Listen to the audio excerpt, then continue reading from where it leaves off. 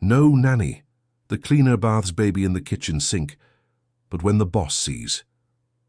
Rebecca's hands trembled as she held little Ethan with all the care she could muster. The 8-month-old baby wouldn't stop crying, and she knew she had to do something, even if it cost her job. She had found the boy alone in his crib over 3 hours ago, completely soiled and crying desperately. The nanny had simply vanished, leaving only a scribbled note saying she wouldn't be back. Rebecca tried calling her boss several times, but he was in important meetings and didn't answer. She tried the child's mother too, but the phone was busy. The baby's diaper was so full it was starting to hurt his delicate skin, and his little clothes were completely soaked. There was no more time to wait.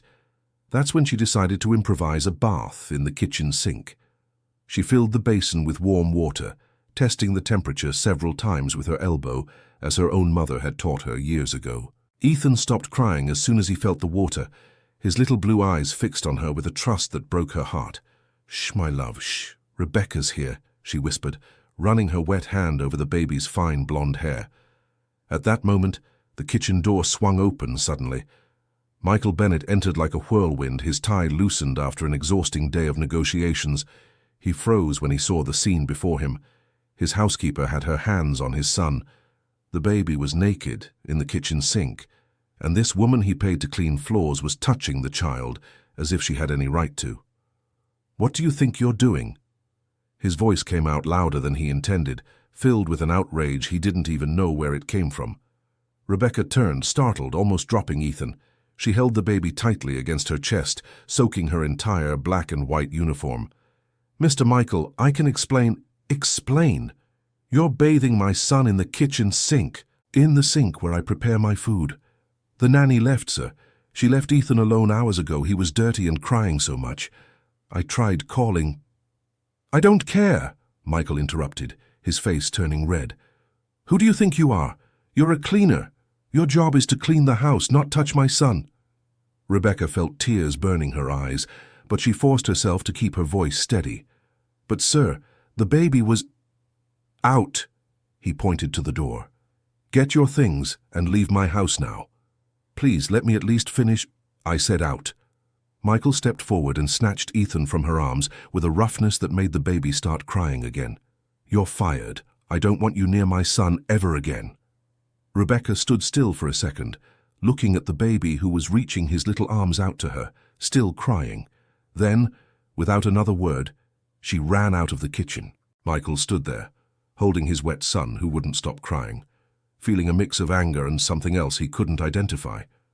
Had he overreacted? No, he thought. She had crossed all the lines. Housekeepers needed to know their place. He wrapped Ethan in a towel and went to the baby's room. Only then did he notice the state everything was in.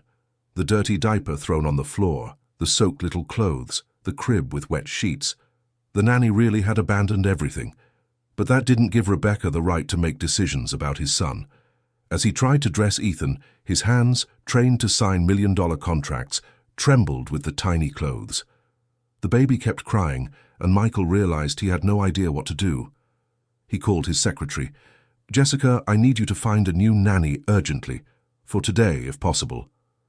"Mr. Bennett, it's already 7 in the evening. It's going to be difficult." "Then find one for tomorrow morning. And fire that incompetent nanny, Ashley. She abandoned my son. After hanging up, he tried to give a bottle to Ethan, but the baby kept spitting out the milk and continued crying." Michael looked at the clock. Jennifer, his ex-wife, would only return from her trip the next day. He was completely alone with an 8-month-old child who wouldn't stop crying. The next few hours were a nightmare. Ethan wouldn't stop crying, wouldn't accept food, didn't want to sleep. Michael called his mother, but she was traveling. He called his sister, but she couldn't help either. At 11 at night, exhausted and desperate, he walked around the house with the baby in his arms, trying to calm him down. That's when he stepped on something on the kitchen floor, a crumpled paper he hadn't seen before. When he picked it up and opened it, he saw feminine handwriting and a phone number with the name Dr. Sarah next to it, and a note. "Ethan has had a fever since yesterday, warm skin, not eating properly." Michael felt his blood run cold. He touched his son's forehead and realized it was indeed warm. How had he not noticed this before? He grabbed the thermometer and confirmed 101.3 degrees of fever. With trembling hands, he dialed the number on the paper. A woman's voice answered after a few rings. "Dr. Sarah's office, good evening. Please, I need help. My son has a fever and I don't know what to do." "Calm down, sir. How old is the child?" 8 months. There was a pause on the other end. "Are you Ethan's father?" Michael was confused. "Yes, how do you know his name?" "Because his mother called this morning to schedule an appointment for tomorrow at 9. She was worried because the baby had been feverish for 2 days. "The mother? But his mother is traveling." "No, sir, it was a woman who called today. She said she was responsible for Ethan's care and was very concerned. She even offered to pay for the appointment out of her own pocket because she didn't want to wait." Michael felt as if he had been punched in the stomach. The woman on the phone continued speaking. She described the symptoms in detail, said she had been observing them for days, and that today the baby got worse. "I scheduled for early tomorrow, but if he's very ill, you should take him to a hospital." After hanging up, Michael stared at the paper in his hands. Rebecca. It had to be her.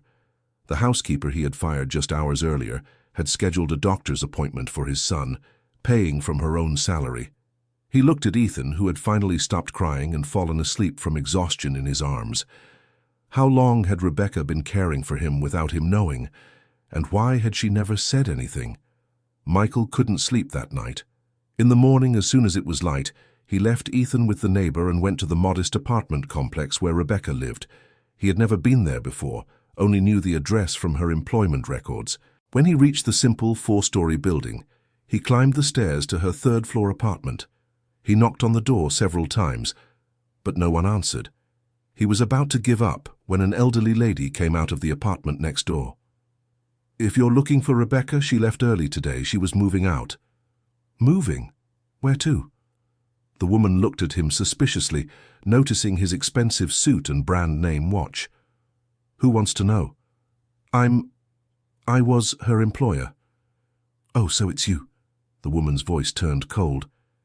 "It's because of you that she lost her job, isn't it?" Michael didn't know what to say. The woman continued, "That girl is a saint. Worked in your house for 2 years without complaining about anything, always cheerful, always dedicated. And yesterday she came here crying so much I thought someone in her family had—" The woman stopped talking, as if remembering something painful. "Had what?" Michael insisted. "Nothing. It's none of my business. Please, ma'am. I need to find her. It's important." The elderly lady sighed. She went to her sister's house on the other side of town. She said she couldn't live here anymore, that everything reminded her too much, but I don't know the address. Michael returned home frustrated. He picked up Ethan from the neighbors and went straight to the appointment with Dr. Sarah. The doctor examined the baby carefully and then looked at Michael with a serious expression. "Mr. Bennett, your son has an ear infection. It's not serious yet, but it could have gotten much worse if left untreated. The person who called me yesterday saved your son from a lot of suffering." "It was my housekeeper," Michael admitted, his voice low. "She seemed very attentive and concerned. She even asked me several questions about the necessary care." "Doctor, did she mention anything about observing symptoms for days?" The doctor nodded. "Yes, she told me she had been trying to warn about some things she noticed in the baby for weeks, that she left notes, but thought no one was paying attention." Michael felt a weight in his chest. Notes. How many times had he seen papers around the house and simply thrown them away without reading, thinking they were shopping lists or messages from the nanny? When he returned home with Ethan and the medications prescribed by the doctor, he started searching the house. He rummaged through drawers, cabinets, anywhere he might have stored papers without realizing it, and he found them. In a kitchen drawer he rarely opened, there was a stack of folded notes. With trembling hands, he began to read. "Mr. Michael, Ethan has a small red spot on his arm that wasn't there before. Maybe it's good to show it to a doctor. The baby is crying a lot at night. I think it might be his teeth coming in. I bought a teether with my own money, left it in the crib. Ethan isn't eating well. I tried making a different baby food that he liked. The recipe is on the back. There were dozens of them. All written in Rebecca's careful handwriting, all showing a care that went far beyond the duties of a cleaner. Michael sat in the kitchen chair, the notes spread out in front of him, and for the first time in years he felt completely lost. How had he been so blind, so absent? He spent the whole day working, building his business empire, and when he came home, he barely looked at his own son. He assumed the nannies and maids were doing their jobs, never stopping to really pay attention. The phone rang. It was Jennifer, his ex-wife. "Michael, I just found out you fired Rebecca. What did you do?" "How did you know?" "Ashley, the nanny, called me. She said she quit her job yesterday because she couldn't stand having to compete with a cleaner for her work. That you only noticed the good things when it was Rebecca doing them." "Jennifer, You're an idiot, Michael." Her voice was full of anger. "Do you know who called me when Ethan was sick last time and you weren't answering your phone? Rebecca. Do you know who told me when he started crawling? Rebecca. Do you know who sent me pictures of him smiling during the day because she knew I'd be happy? Rebecca." Dear listener, if you're enjoying the story, take a moment to like and especially subscribe to the channel. It really helps us who are just starting out now. Continuing. "Why did you never tell me this?" Michael managed to ask. "Because you never wanted to know," Jennifer shouted on the other end of the line. "You were always too busy, always had more important meetings. I even asked Rebecca to keep an eye on Ethan because I knew you weren't paying attention. You asked her to look after him." "I did, because she was the only person in that house who really cared about our son. The nannies came and went, but Rebecca was always there, always attentive, always concerned. And you fired her." Michael hung up the phone, stunned. He looked at Ethan, who was sleeping peacefully in his stroller after taking the medicine. How had everything come to this? In the following days, he tried to find Rebecca. He called all the domestic employment agencies in the city, left messages, searched on social media groups. Nothing. It was as if she had completely vanished. The new nanny he hired was efficient, but Ethan cried whenever she came near. The baby seemed to be searching for someone, his little eyes scanning the house, his tiny hands reaching out into the void. It was Michael's mother, Mrs. Barbara, who finally brought more information. She had returned from her trip and was furious when she found out what her son had done. "Michael, do you know who recommended Rebecca to me 2 years ago?" "No. It was Patricia, my friend from the club. She had hired Rebecca to work at her house but couldn't afford to pay her anymore. Do you know why? Because Rebecca had just gone through a terrible tragedy and needed to work to support herself." "What tragedy?" Mrs. Barbara looked at her son with a disappointed expression. "Her son had passed away a few months before, an 8-month-old baby, Michael. Exactly Ethan's age now." Michael felt as if the ground had disappeared beneath his feet. "She had a son." "Yes. Her husband left her during the pregnancy. She raised the boy alone. She was working as a cook in a restaurant when the baby got sick. It was leukemia. She sold everything she had to pay for the treatment, but it wasn't enough. When Patricia met her, she was devastated, with no money, no home, nothing. Why did you never tell me this?" "Because she asked me not to. She said she didn't want pity, she just wanted to work and rebuild her life. Patricia told me that Rebecca was exceptional with children, that she had a natural gift. That's why I hired her to work at your house when Ethan was born." Michael put his hand to his face, trying to process that information. "Mom, when I fired her yesterday, she was giving Ethan a bath in the kitchen sink." "And why do you think she did that? To challenge you? To cross boundaries?" Mrs. Barbara shook her head. "Michael, that girl was reliving her own pain every time she took care of your son. And yet she couldn't stay away because loving a child isn't something you can control." Michael felt tears burning his eyes for the first time in years. What had he done? He went back to the apartment complex where Rebecca lived. This time he convinced the superintendent to let him into the apartment, explaining the situation. The apartment was almost empty, just a few old pieces of furniture she had left behind. But on a small corner table, he found a notebook. When he opened it, his heart almost stopped. It contained detailed notes about Ethan, sleep schedules, feeding times, diaper changes, what he liked to eat, which sounds calmed him, how he preferred to be rocked to sleep. There were also simple drawings, clearly made by Rebecca. Ethan smiling, playing, sleeping, and on every page small observations, Today, Ethan held my finger for the first time. He laughed when I sang that song. He's growing so fast. Michael turned the pages with trembling hands, reading every word, seeing through those notes a love so deep and true that he felt ashamed of himself. He, the biological father, didn't know half of those things about his own son. But that woman, whom he treated as just another employee, knew Ethan better than he did. The last note was from 2 days before, on the eve of everything happening. Ethan has a fever and isn't well. I need to find a way to tell his father without seeming like I'm interfering. I've tried leaving notes, but I don't think he ever reads them. I'll call a doctor tomorrow. I can't let this baby suffer. I know he's not my son, but my heart doesn't understand that. Michael closed the notebook and pressed it against his chest, tears finally flowing freely down his face. He had destroyed something precious out of pure pride and ignorance. The elderly neighbor, the one he had met earlier, appeared at the door. "Did you find what you were looking for?" "I was a monster," Michael whispered. "No, you weren't." The woman entered and sat in an old chair. "You were just a man who didn't know how to see what was right in front of him. But there's still time to fix it." "How? She's gone. No one knows where she is." The woman sighed. "I know where she is. Her sister lives nearby. But I won't give you the address unless you promise me one thing."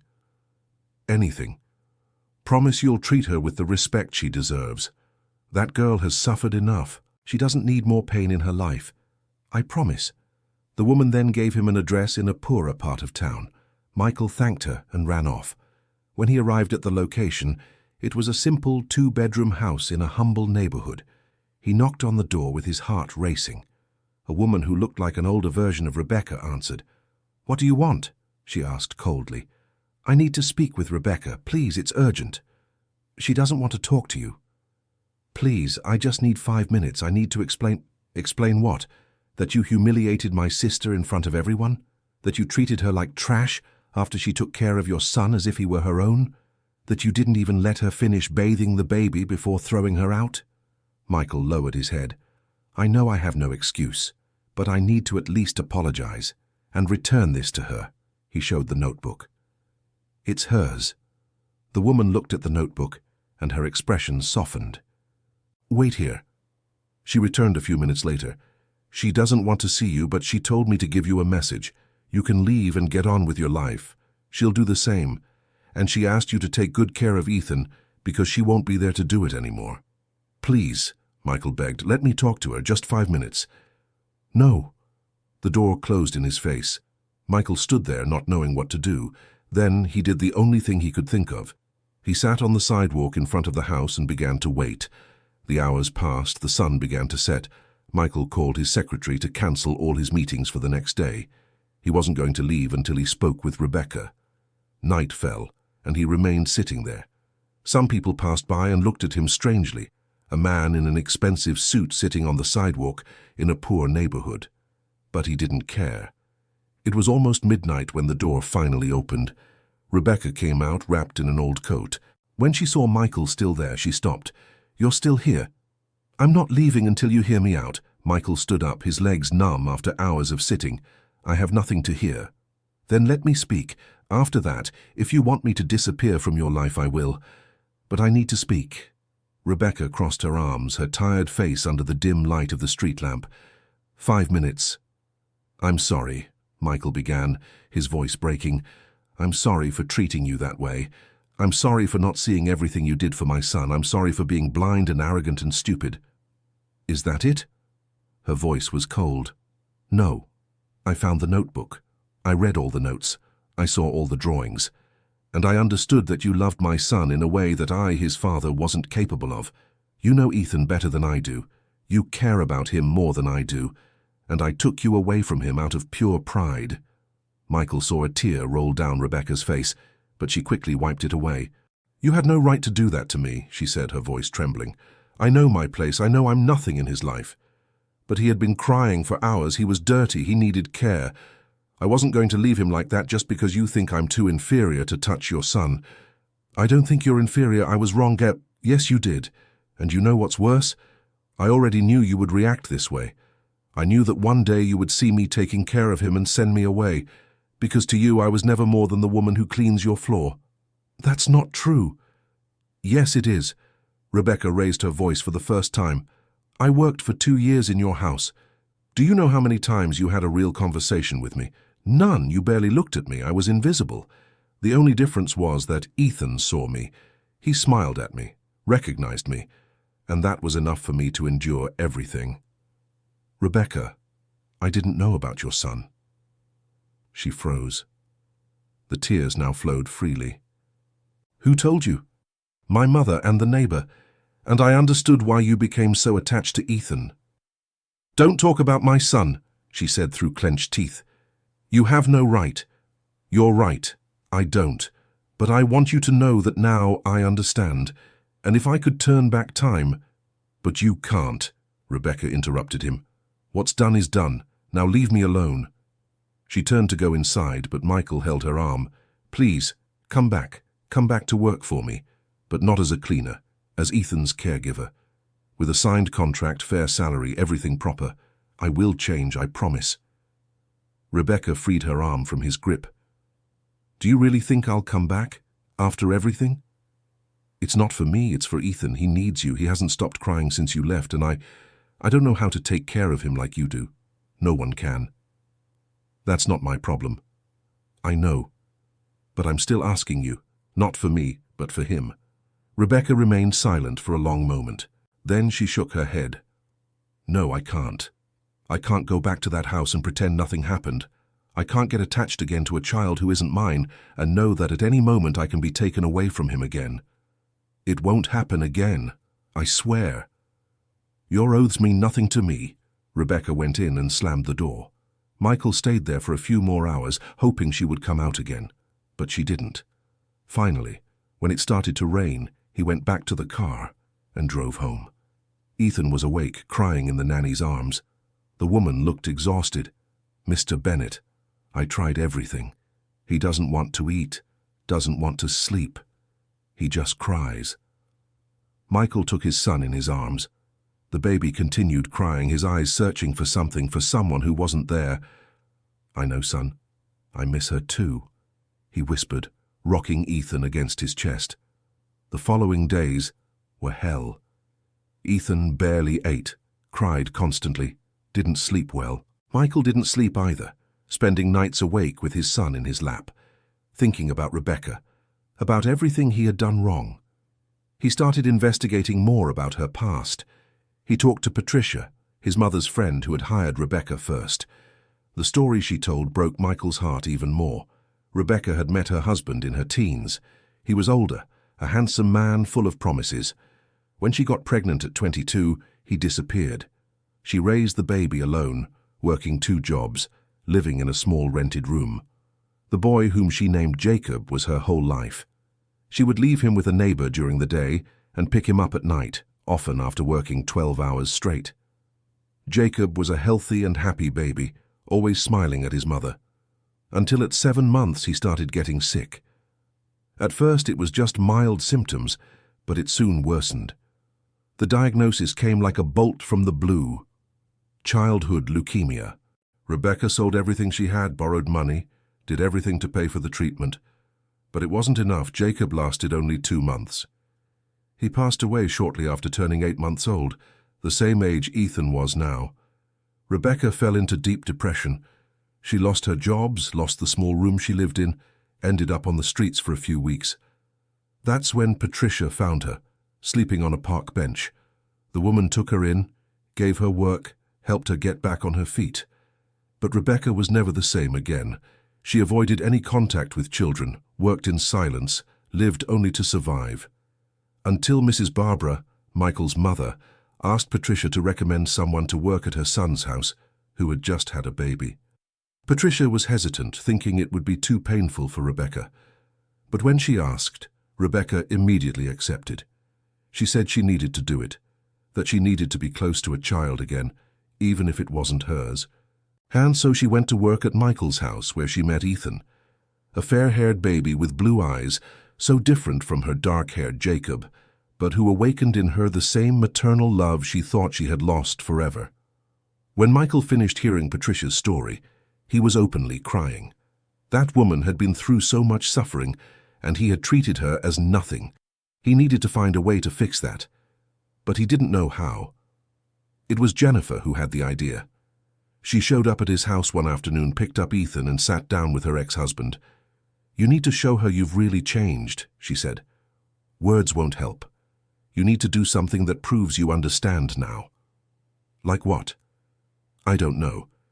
But it has to be something meaningful, something that shows you see her as a real person, not as a maid." Michael spent the night thinking, and then, the next morning, he had an idea. He went to the house where Rebecca was living with her sister. This time he brought Ethan along. When Rebecca's sister opened the door and saw the baby, her expression changed. "Becca," she called, "I think you need to see this." Rebecca appeared holding a coffee cup. When she saw Ethan, she dropped the cup, the hot liquid spreading across the floor. But she didn't even seem to notice. Her eyes were fixed on the baby. Ethan, who hadn't stopped crying for days, suddenly fell silent. His little blue eyes met Rebecca's, and a huge smile spread across his face. He started kicking his little legs and reaching his little arms out to her, making that high-pitched sound babies make when they're happy. "Becca, Becca, Becca," he babbled, the first time he'd tried to say a name. Rebecca started crying. She took a step back, shaking her head. "No, don't do this to me." "Rebecca, please," Michael said softly. "He needs you. He's not eating. He's not sleeping.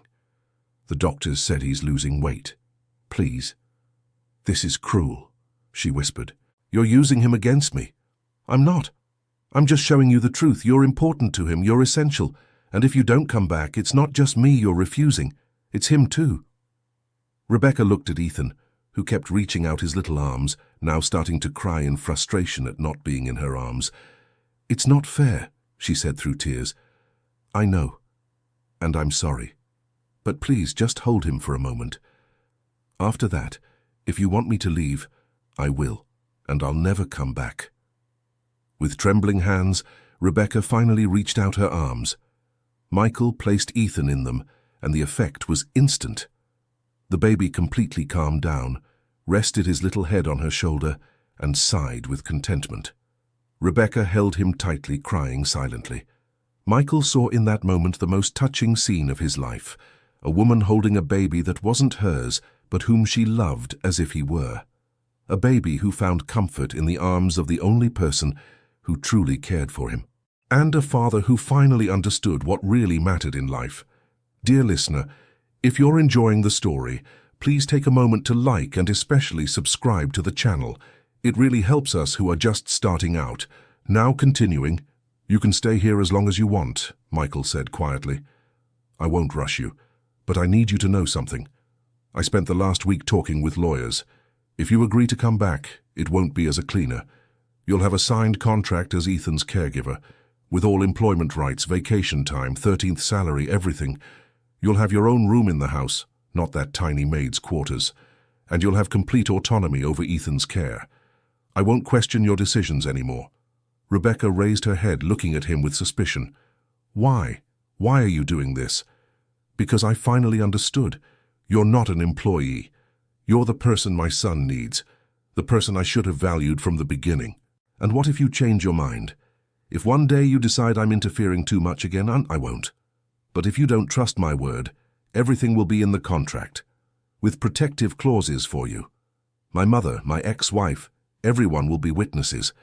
If I fire you without just cause, you'll receive significant compensation, and you'll be able to continue seeing Ethan whenever you want." Rebecca shook her head. "It's not about money. It never was. I know. It's about respect, about being seen, about being valued, and I promise that from now on, you will be." "I don't know if I can believe you," she admitted. "Then don't believe me. Believe in Ethan. Look at him and see how much he needs you, and decide if you can turn your back on that." Rebecca remained silent for a long time, rocking Ethan, who had fallen asleep in her arms. Finally, she sighed. "I have conditions. any of them. First, you will be present. It's no use hiring me and continuing to be absent. Ethan needs his father too, not just me. I agree. Second, I will have a voice. If I think something is wrong with him, you will listen to me. You won't ignore me like you did before. I agree. Third, when he grows up, I don't want to be just the employee to him. I want to be... She stopped, her voice breaking. I want to be important in his life. I want him to know that I care. You will be. And he will know. And the last condition. Rebecca looked directly into Michael's eyes. You will never treat me as if I'm less important than you again. I may clean your house, I may care for your son, but I'm a human being who deserves respect. If you forget that again, I'll leave and never come back. Michael felt tears in his eyes. You have my word. And more than that, you have my eternal gratitude. Because you did for my son what I should have done, but wasn't capable of. Rebecca still seemed hesitant, but when she looked at Ethan sleeping peacefully in her arms for the first time in days, something changed in her expression. She took a deep breath. Okay, I'll come back, but with a trial period. If in 1 month I feel nothing has changed, I leave. Everything has changed, I swear everything has changed. And it really had changed. When Rebecca returned to Michael's house 2 days later, she barely recognized the place. The maids' quarters had been transformed. Michael had ordered the old furniture replaced with new ones, installed an air conditioner, a television, a small bookshelf with books. The door had a new sign, Rebecca's room. But the biggest change was in Ethan's room. Michael had placed a framed picture on the wall with a photo of Rebecca holding the baby, which he had taken weeks ago without her noticing. Underneath the photo, there was a small metal plaque with the words, "True love lives here." Rebecca stood in front of the picture for a long time, tears streaming down her face. Michael appeared behind her, holding Ethan. "I want him to grow up knowing you were part of his life from the beginning," he said. "Not as a maid, but as someone who was always here out of love." The first days were awkward. Michael was really trying to be more present, but it was obvious he didn't quite know what to do. He would sit in Ethan's room and just watch while Rebecca gave him a bath, changed diapers, put the baby to sleep. "You can help, you know," she said one afternoon with a shy smile. "I don't bite. I don't know how to do these things like you do. No one is born knowing. We learn by doing." And so a different routine began. Rebecca taught Michael how to care for his own son, how to hold him properly, how to bathe him without fear, how to make him burp after feeding, how to calm him when he cried. Michael was clumsy at first, making silly mistakes, getting frustrated when Ethan cried. But Rebecca had endless patience. She corrected gently, encouraged with smiles, celebrated every small victory. "See? You managed to put him to sleep," she said one night, after Michael finally rocked Ethan to sleep. "Only because you taught me. And you learned. That's what matters." The weeks went by, and the dynamic between them changed completely. Michael no longer treated Rebecca as a maid. They had breakfast together, talked about Ethan, planned the day's activities. Jennifer visited often and was impressed by the transformation. During one of these visits, she pulled Rebecca aside for a private conversation. "I wanted to thank you," she said, "for not giving up on Ethan. He's so different now, so happy. And Michael has changed too. I didn't do anything special." "Yes, you did. You gave that baby what he needed most. Real love. And you're teaching his father to do the same. Aren't you jealous?" Rebecca asked timidly. "Of seeing me taking care of your son?" Jennifer shook her head. "No, because I know you're not trying to replace me. You're just loving him in your own way. And a child can never have too much love. They can have love from a father, a mother, grandparents, caregivers. The more people who love Ethan, the better for him. But not everything was perfect." One afternoon, Jennifer's mother came to visit her grandson. Mrs. Catherine was a wealthy and elegant woman, used to a certain standard of living. When she saw Rebecca sitting at the table having coffee with Michael, she raised an eyebrow. "Michael, can I speak with you privately?" In the living room, she didn't waste any time. "What is that maid doing sitting at the table with you?" "She's not a maid, Catherine. She's Ethan's caregiver. Caregiver, maid, whatever. The point is, she needs to know her place. You can't treat her as an equal. Why not? Michael felt the anger rising. She takes care of my son better than anyone. She deserves all the respect in the world. You're creating unrealistic expectations. She's paid to do a job. She's not paid to love my son, Catherine, but she does, and that's priceless. You're being naive. People like her always want more. Soon she'll be asking for a raise, demanding things, taking advantage of your goodwill. You don't know Rebecca. She never asked for anything. All she did was take care of Ethan when he needed it most, even when I treated her like garbage. Mrs. Catherine opened her mouth to respond, but at that moment, Ethan started crying in the room. Rebecca appeared at the living room door. "Excuse me, I'll check on Ethan," she said softly. "I'll come with you," Michael replied, leaving his mother-in-law alone in the living room. In the room, he saw Rebecca calm Ethan with ease, whispering sweet words, stroking his head. Mrs. Catherine watched from the door, her expression slowly changing. "She really cares about him, doesn't she?" the woman admitted, her voice softer. "More than most people," Michael replied. "And Ethan cares about her too. Look how calm he is in her arms." Mrs. Catherine fell silent for a moment, then sighed. "Perhaps I judged too quickly. It's hard for me to understand this arrangement. In my day, things were different." "I know, but times have changed, and I'm tired of following rules that don't make sense." After Mrs. Catherine left, Rebecca was tidying up Ethan's room when Michael entered. "I'm sorry about her behavior," he said. "It's okay. I'm used to it. People always think they know my place better than I do." "And what is your place?" Rebecca stopped folding the little clothes and looked at him. "I still don't know. I'm trying to figure it out. Because this arrangement we have here, it's different from anything I've ever experienced. You treat me with respect, give me a voice, value me. But at the same time, I'm still your employee. So I still clean your house, still get a paycheck. The line is blurry." "And does that bother you?" "Sometimes, because I don't know how to act.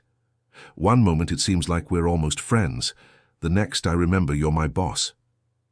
"It's strange." Michael thought for a moment. "Then let's define it. You're not just my employee. You are an essential part of our family. I don't know if there's a proper name for it, but that's what you are." "Family." Rebecca repeated the word, as if testing its flavor. "I never thought I'd have a family again. Well, now you do. A weird and mismatched family, but still a family." In the following months, this new dynamic grew stronger. Ethan grew up happy, surrounded by love. Michael learned to be a present father, reducing his work hours, participating in important moments. Rebecca flourished too, her joy returning little by little, her smile becoming more frequent. But of course not everything was perfect. There were moments of tension, of misunderstandings, like the afternoon when Michael hired a nurse without consulting Rebecca first, because Ethan had a cold. "Why did you do that?" Rebecca asked, visibly hurt. "I thought it would be good to have a professional. Am I not professional enough for you after everything? That's not it. I just thought..." "You thought I wasn't capable, that I needed supervision." Michael realized his mistake. "You're right. I should have talked to you first. I'm still learning to trust completely. Forgive me." "Send the nurse away," Rebecca said, arms crossed. "I know how to take care of a child with a cold. I've done it before." The pain in that last sentence didn't go unnoticed. Michael sent the nurse away and let Rebecca take care of Ethan, and she took care of him beautifully, as she always did. At night, after Ethan fell asleep, they stayed talking in the living room. It was something they had started doing regularly, just sitting and talking about the day, about Ethan, about life. "Can I ask you something?" Michael said hesitantly. "Go ahead." "You never talk about Jacob, about your son." "Why?" Rebecca stiffened. For a long moment he thought she wouldn't answer. Then she began to speak, her voice low. "Because it hurts too much. Every time I look at Ethan, I see Jacob at the same age. And it hurts. It hurts to know that my son didn't have the chance to grow up, to talk, to walk, to live. It hurts to know that I failed to protect him. You didn't fail. You did everything you could. It wasn't enough. He's gone, and I'm still here. And every day I ask myself why. Why him and not me? Rebecca. When I started taking care of Ethan, everyone told me not to do it. They said it would be too painful, that I was putting myself in an impossible situation. And they were right. It is painful. Every time I hold him, every time he smiles at me, a part of me breaks because I remember I'll never have that with my own son again. Then why do you keep doing it? Rebecca looked at him with tears in her eyes. Because the pain of not being near Ethan would be even greater. Because taking care of him is the way I found to honor Jacob's memory. Because my son is no longer here, but the love I have inside me still is. And I need to put that love somewhere, or it will destroy me. Michael didn't know what to say. So he just reached out and held her hand. They stood there in silence, two people carrying their own pain, finding comfort in each other's presence. But Rebecca's past was about to return in a way no one expected. One afternoon she was taking a walk with Ethan in his stroller when a man approached her on the street. "Rebecca, Rebecca, is that you?" She turned and froze. It was Brandon, Jacob's father, the man who had abandoned her when she was pregnant and whom she hadn't seen in over 3 years. "What do you want?" she asked, instinctively pulling Ethan's stroller closer to her. I heard about Jacob. I'm sorry. I didn't know that." "You didn't know because you left," Rebecca said, her voice trembling with contained anger. "You left me alone when I needed you most. And now you show up with apologies?" "I was young. I was scared. I wasn't ready to be a father." "And I was? Do you think I was ready? But I stayed. I fought. I did everything I could while you were who knows where living your life without caring about us." Brandon looked at the stroller. "Is this your son?" "No.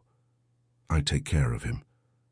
"Rebecca, I wanted a chance to make things right.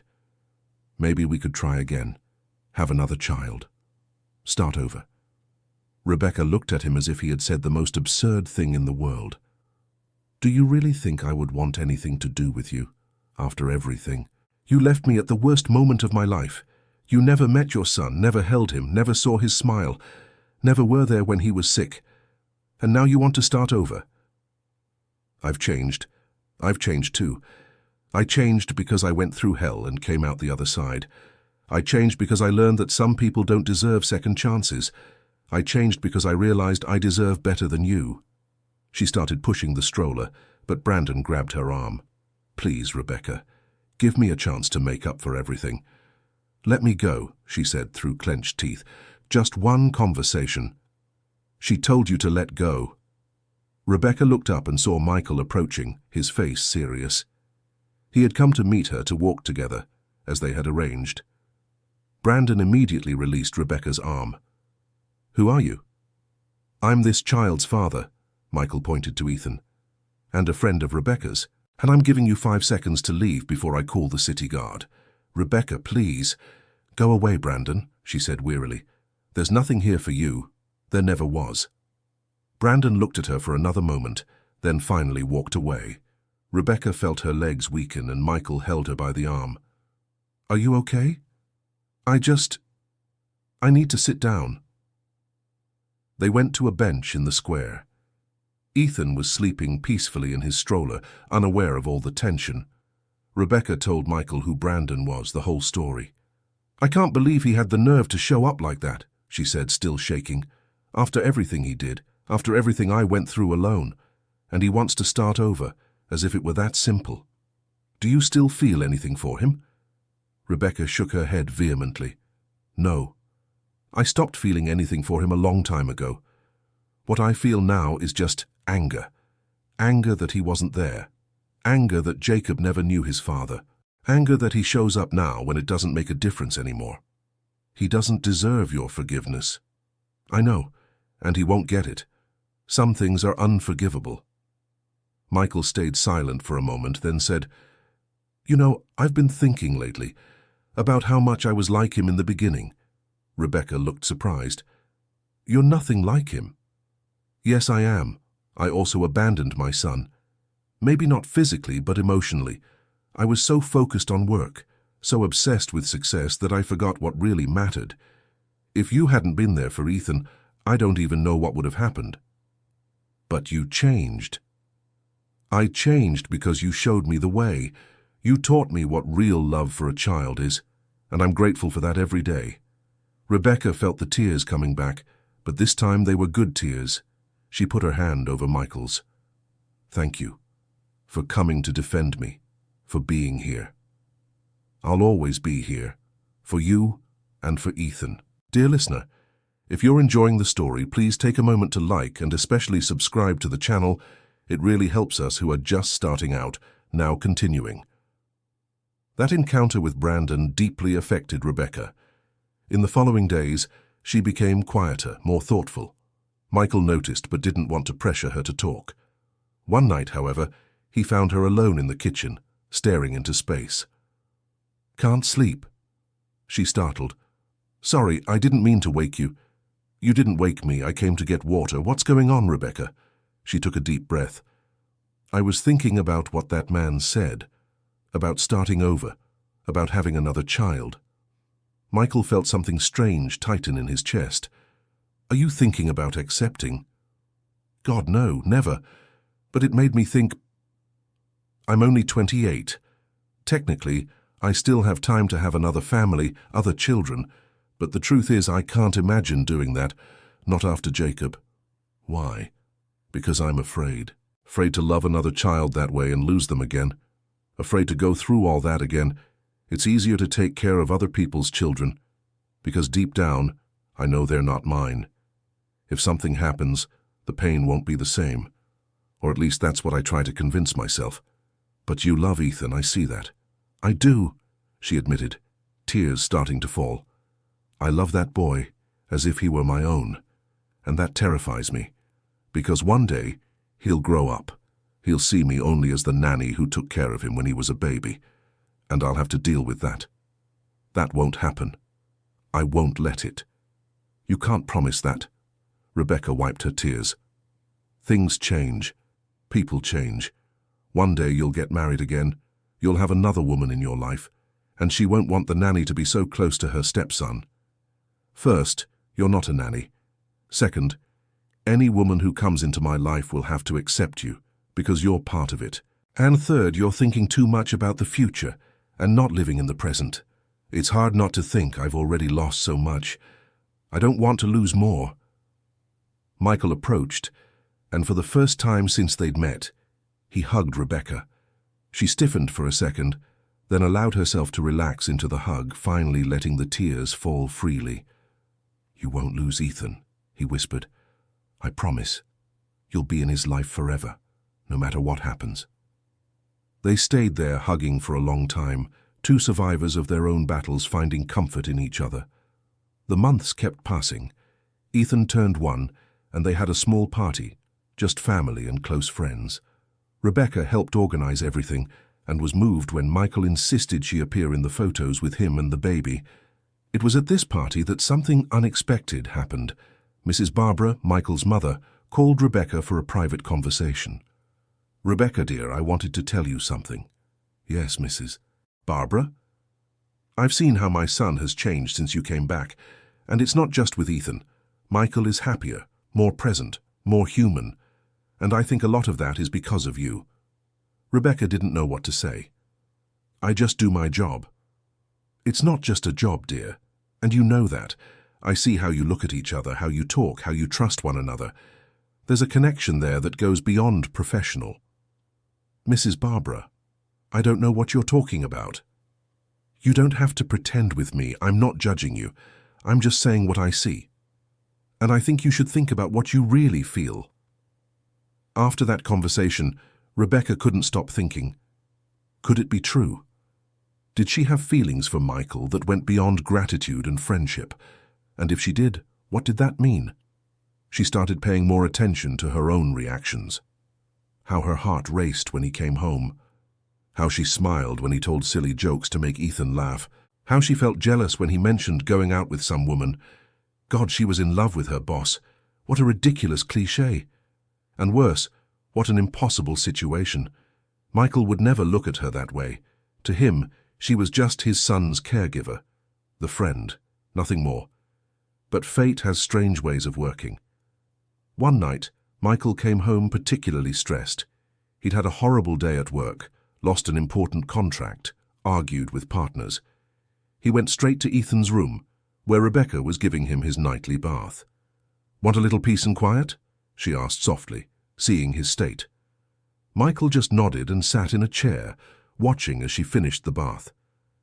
There was something so comforting about that domestic scene. The happy baby, Rebecca singing softly, the smell of baby soap filling the air. "You know," he said suddenly, "sometimes I think about how different my life would be if you hadn't been here." "It would be pretty much the same, I imagine." "No, it would be empty, cold, meaningless. Before you, my life was all work, just numbers and contracts and meetings. I thought that made me happy, but now I see it was just empty." Rebecca stopped drying Ethan and looked at him. "Michael, are you okay?" "I don't know." He ran his hand through his hair.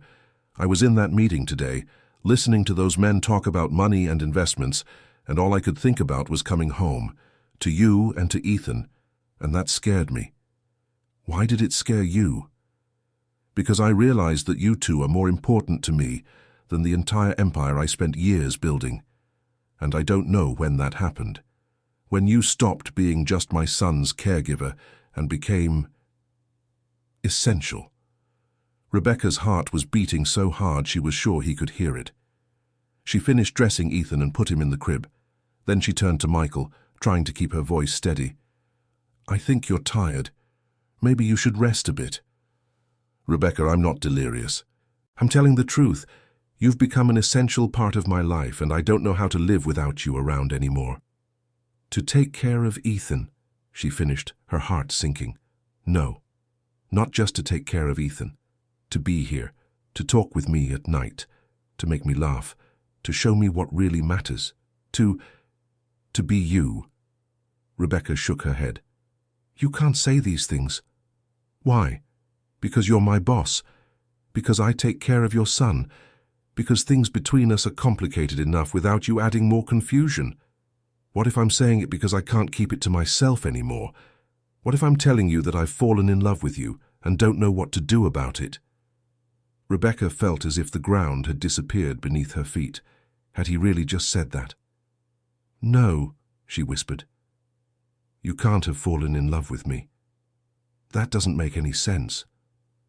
"Why not?" "Because I'm the maid. Because I clean your house, take care of your son, make your meals. You could have any woman you want, anyone from your world, from your social level.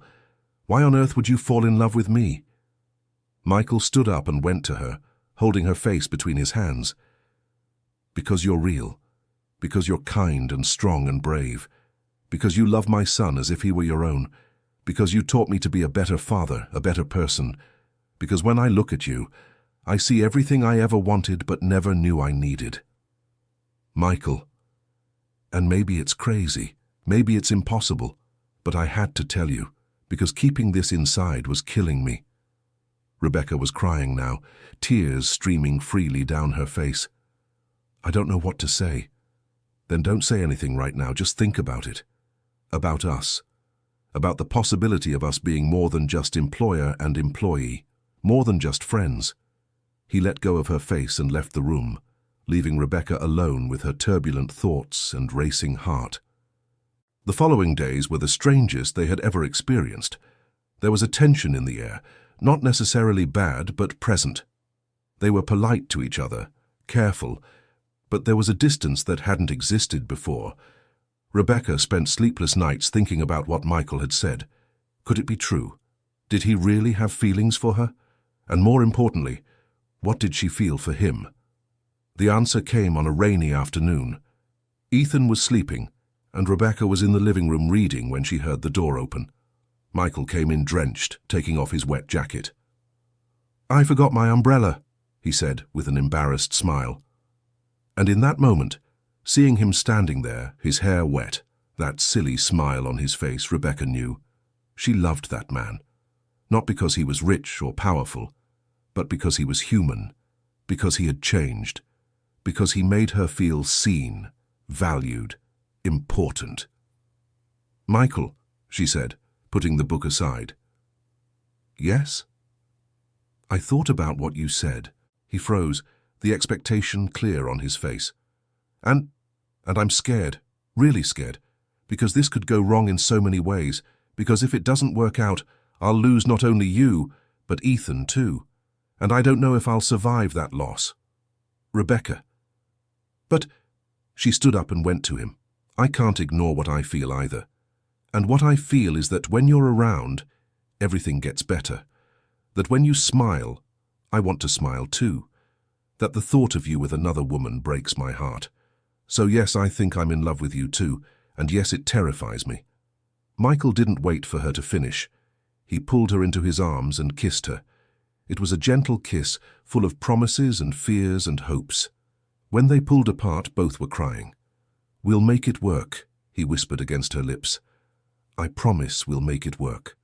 "How can you be so sure?" "Because I won't let it fail. Because I'll fight for you, for us, for this strange family we've built. And because I love you, Rebecca. I truly love you." "I love you too," she admitted, finally saying out loud what her heart had known for a long time. They held each other for a long time, two wounded hearts finding healing in each other. But of course, life isn't a fairy tale. When news of their relationship spread, the reactions were mixed. Mrs. Barbara was happy, as was Jennifer, but other people weren't as receptive. Mrs. Catherine, Jennifer's mother, was especially harsh. "Have you lost your mind?" she said to Michael during a visit. "Dating the maid? What will people think?" "With all due respect, Catherine, I don't care what people think." "Well, you should care. You have a name to uphold, a company. That will stain your reputation. My reputation means nothing if I'm not happy." "And you think you'll be happy with her? A woman with no education, no class, no—" "No what?" Michael interrupted, his voice hard. "No money, no important last name? Are those the things that matter to you?" "They're the things that should matter to you too." "Well, they don't. What matters is that she's an incredible person, that she cares for my son with real love, that she makes me want to be a better person. And if you can't see the value in that, then the problem is yours, not mine." Mrs. Catherine left the house furious and didn't return for weeks. But Michael didn't care. He had finally found something real, something valuable, and he wasn't going to let anyone ruin it. Rebecca also faced her own challenges. Some people in her sister's condominium made malicious comments when she visited. "Look, the maid who landed the rich boss. I bet she planned this from the start. There are always those who take advantage, right?" She tried to ignore them, but the words hurt. During one of these visits, she broke down in tears in her sister's arms. "Maybe they're right," she sobbed. "Maybe I'm taking advantage." "Don't be ridiculous," her sister said firmly. "You love that man and he loves you, the rest doesn't matter. But what if it goes wrong? What if he realizes he made a mistake? What if it goes right? What if you're happy together? Becca, you've been through so much pain. You deserve to be happy. Don't let fear or other people's opinions take that away from you." The weeks passed and their relationship grew stronger. They were careful around Ethan, not wanting to confuse the baby, but they were also honest about their feelings. It was Mrs. Barbara who suggested they take it slow, build a solid foundation before making big decisions. And that's what they did. They continued living in the same house, but now as a couple, not just as employer and employee. Rebecca still took care of Ethan during the day, but at night they were just Michael, Rebecca, and the baby. A real family, even if not officially yet. One Saturday afternoon, 6 months after that conversation in the rain, Michael had an idea. He took Rebecca and Ethan for a picnic in the park, where everything had started to change, where she had found Brandon, and where he had defended her. "Why here?" she asked, curious. "Because it was here that I first realized how much you mean to me. When I saw that idiot touching you, I felt an anger I'd never felt before, and I understood it was because I cared about you in a way that went far beyond professional. They spread the blanket on the grass, and Ethan played with his toys while they talked. Michael then took a small box from his pocket. "Before you get terrified, it's not a marriage proposal," he said quickly, seeing Rebecca's expression. "Then what is it?" He opened the box, revealing a delicate chain with a heart-shaped pendant, broken in half. "The other half is with me." He showed an identical chain around his neck. "I know it's still early for big commitments, but I wanted to give you this as a promise that I'm committed to you, to us, to the future we're going to build together." Rebecca was crying again, but they were happy tears. "It's beautiful," she whispered as he put the chain around her neck. "Not as beautiful as you." Ethan chose that moment to babble something that sounded suspiciously like "Mama," while looking directly at Rebecca. It was his first word. He just called me Mama?" Rebecca asked, shocked. "I think so," Michael smiled, "and I couldn't be happier about it." Rebecca picked Ethan up, crying and laughing at the same time.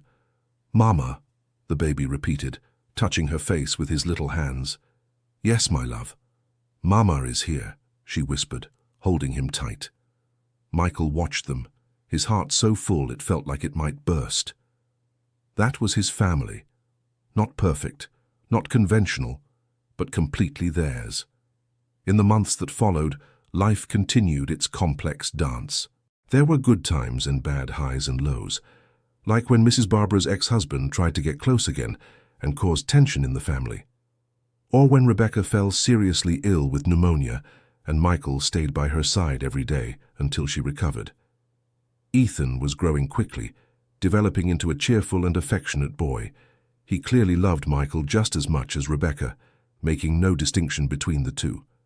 To him, they were both his parental figures. Jennifer remained involved in her son's life, visiting regularly, and to everyone's surprise, she and Rebecca became genuine friends. They talked about Ethan, about motherhood, about life.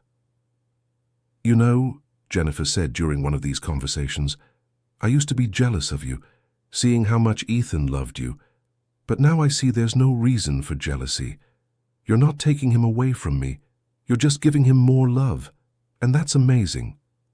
"Thank you for understanding," Rebecca said, moved. "I never wanted to replace you. I know, and that's why I admire you. You love my son without expecting anything in return. That's real love." 2 years had passed since that fateful day in the kitchen. Ethan was about to turn 3, a vibrant and happy child. Michael and Rebecca were still together, stronger than ever. It was on a Sunday morning during breakfast that Michael asked the question that would change everything.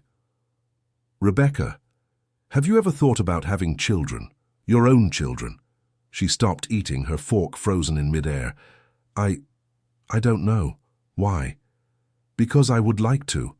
I'd like to have a child with you, to go through all of it from the beginning, together. To see you pregnant, to be in the delivery room, to raise a child that's the fruit of our love." Rebecca put her fork down on the table, her hands trembling. "Michael, I don't know if I can. I'm so afraid of going through that again, of losing another one. I know, and I don't want to pressure you. But I wanted you to know that if you want to, I'm here. We'll go through it together. You won't be alone this time. And Ethan, how will he react to having a sibling? I think he'll love it, but this only happens if you want it.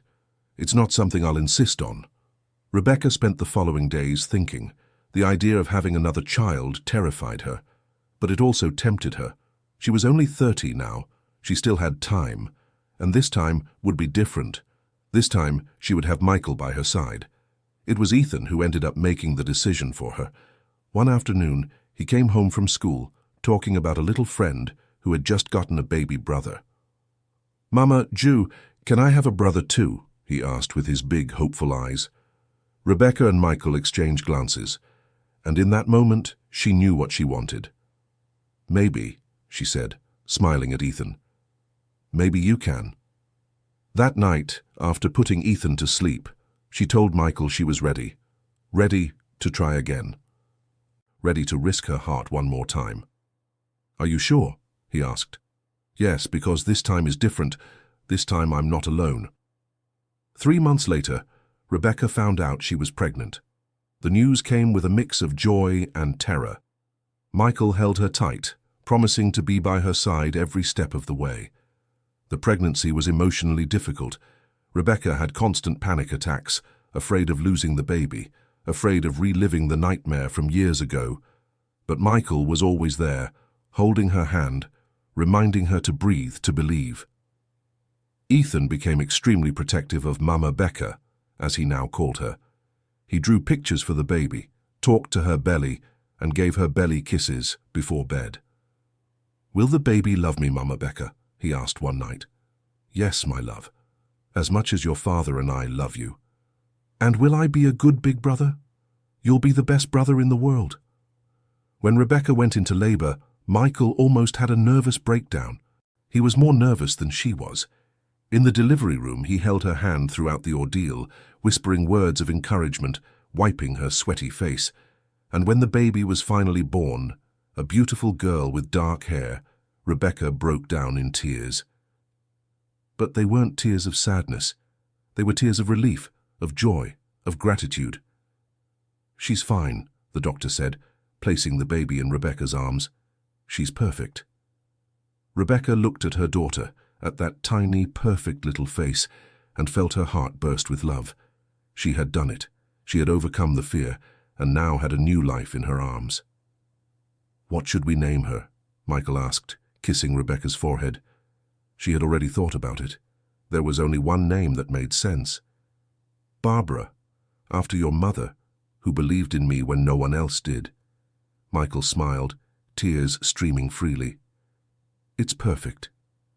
When they brought the baby home, Ethan welcomed her with open arms. He held his little sister so carefully with so much love that Rebecca couldn't hold back her tears. "She's so tiny," Ethan whispered in awe. "I'll always protect her, Mama." "I know you will, my love." Mrs. Barbara, the grandmother, visited the next day and was deeply moved to learn that her granddaughter was named after her. "You honor me too much," she said, crying as she held the baby. "This girl will be very loved. I already know." In the following months, the house filled with life in a new way. Barbara was a calm and happy baby who rarely cried. Ethan was a devoted brother, always wanting to help with her. And Rebecca, finally, found peace. She had spent years carrying the pain of losing Jacob. But now, surrounded by her new family, she understood that it was possible to love again, that it was possible to overcome fear, that it was possible to be happy again. But life had one last surprise in store. On an ordinary day, 6 months after Barbara's birth, the doorbell rang. When Rebecca went to answer, she found a woman at the door whom she hadn't seen in years. "Rebecca," the woman said hesitantly, "it's me, Melissa. Do you remember me?" Rebecca blinked, confused. Melissa, the nurse who had cared for Jacob during his last days. "Melissa? What are you doing here?" I've been looking for you for years. I need to tell you something. About Jacob." Rebecca's heart stopped. "What about Jacob?" Melissa took a deep breath. "May I come in? It's a long conversation." Rebecca led her to the living room, her heart pounding erratically. What more could there be to know about her son who had been gone for so many years? "Rebecca," Melissa began, her hands trembling, "do you remember signing some papers at the hospital? Documents about donation?" "Vaguely.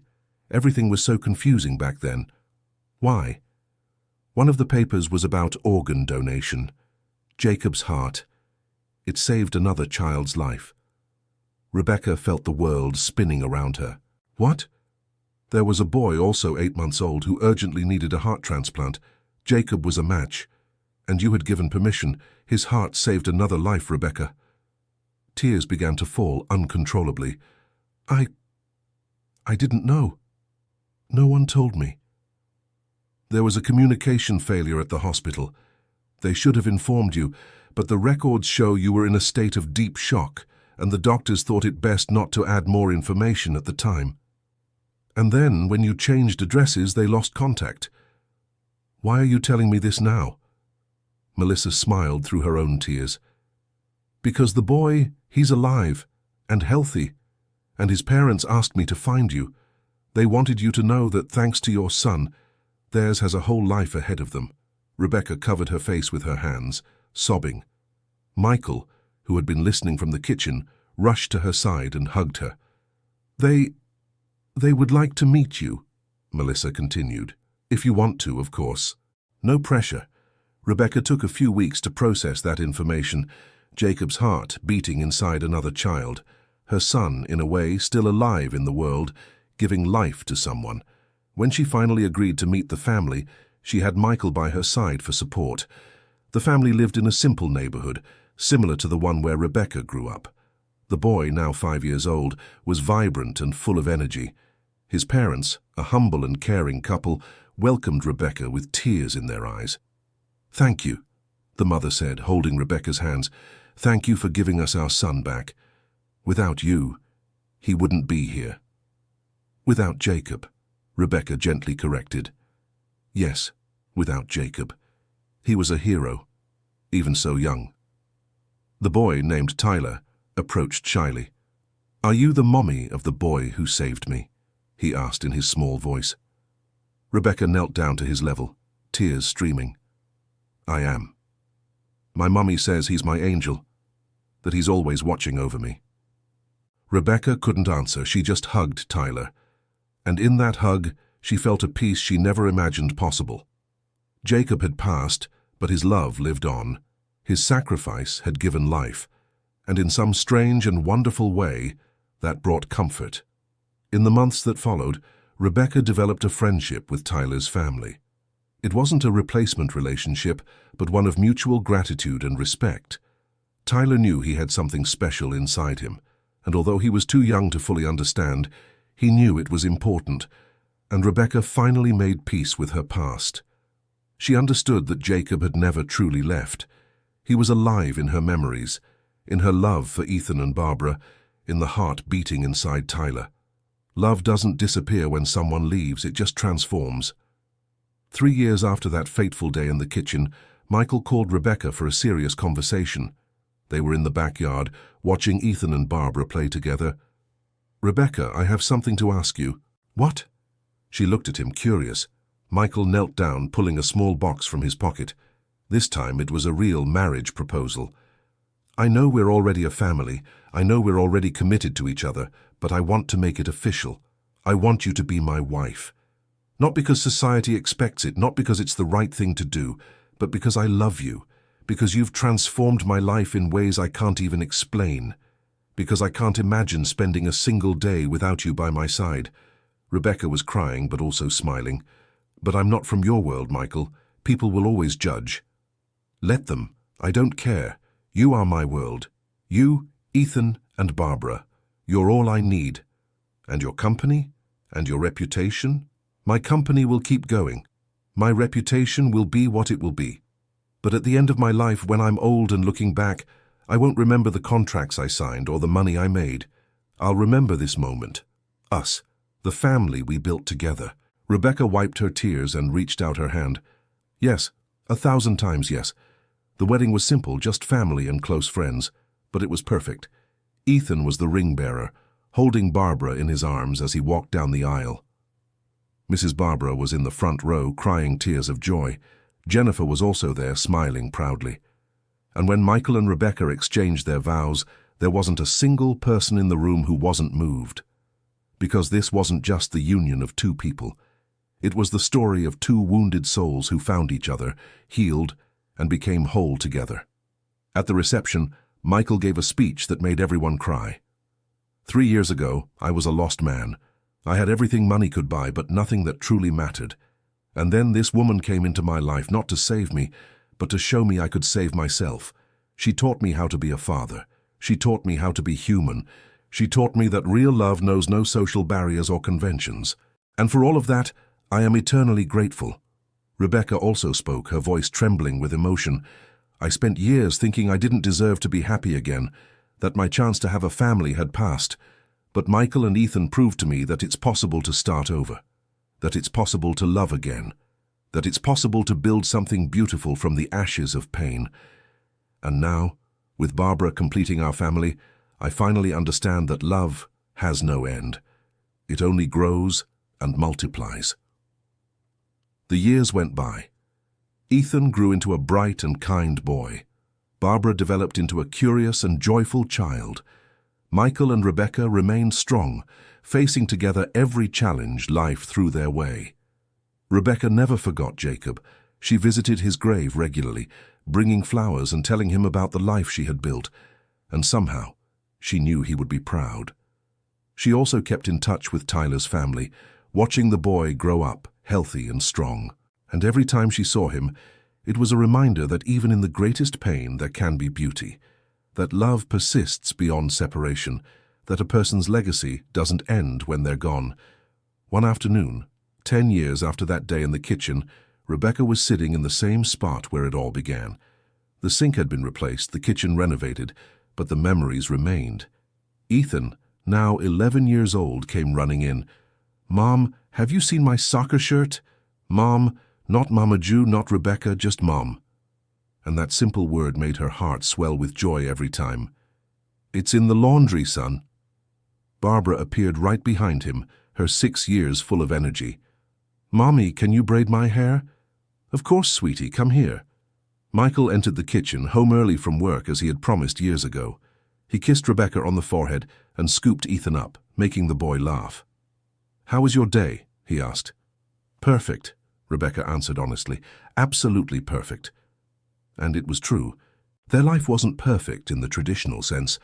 There were hard days, moments of struggle, constant challenges, but it was perfect because it was theirs, built with love, sweat, tears, and laughter. A family that didn't follow any manual, that defied conventions, but that worked. That night, after putting the children to bed, Michael and Rebecca stayed in the backyard, looking at the stars. He held her hand, his thumb stroking the wedding ring she wore. "Do you regret anything?" he asked. "No," she answered without hesitation. "Not a single second." "And you?" "Just one thing." Rebecca turned to him, concerned. "What?" "Not seeing your worth from the beginning. Wasting 2 years treating you like you were invisible when you were the most important person in that house." Rebecca smiled and rested her head on his shoulder. "Everything happened the way it was supposed to.